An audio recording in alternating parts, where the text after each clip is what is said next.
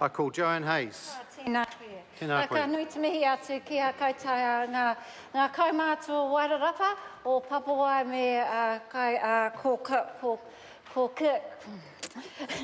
Kaikokirikiri Trust. Tēnā koutou, tēnā koutou. No mai.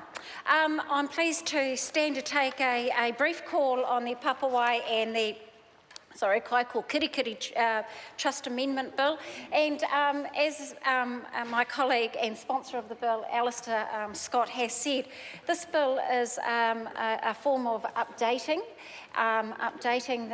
the ability and the flexibility for the board to be able to make some decisions around managing the trust with its educational purposes and the land and what they do with it.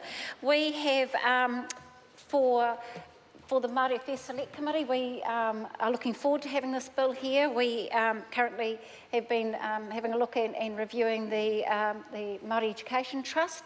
And so, with this bill coming to us, I think that we will have a good opportunity to look in and to be able to receive submissions and to hear what everybody has to say about the changes that have been proposed in the amendment of this bill, Mr. Speaker.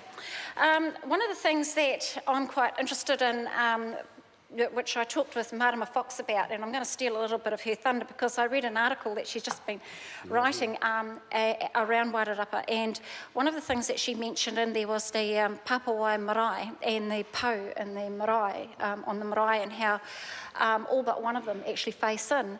And when I said to her, what does that mean, Marama? And she said it means it is a symbol of looking into themselves and making sure that they themselves are well and doing well, and then they have that pou that stands out to protect the area. So, and Papawai marae, Mr. Speaker, is it's a very historical, its history around being the first Māori Parliament for the country, I think is one of those things one of those eras that we as Māori MPs should never forget. If we already haven't remembered that, but we should never ever forget that.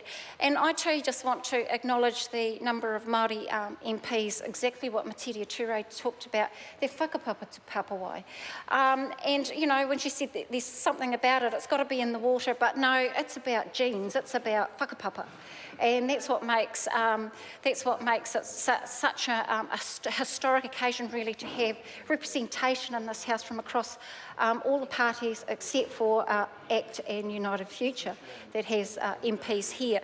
So without any further ado, Mr. Speaker, there's a long way to go on this bill, and I do want to save some of the more savoury moments. I know that the member Meka Whaitiri mentioned about having that kōrero with my colleague over here, and that kōrero will carry on. It will happen, and because that's the way that it is. And so, without any further ado, Mr. Speaker, I stand to support the first reading and support this bill through to its conclusion. Kia ora. Kia ora.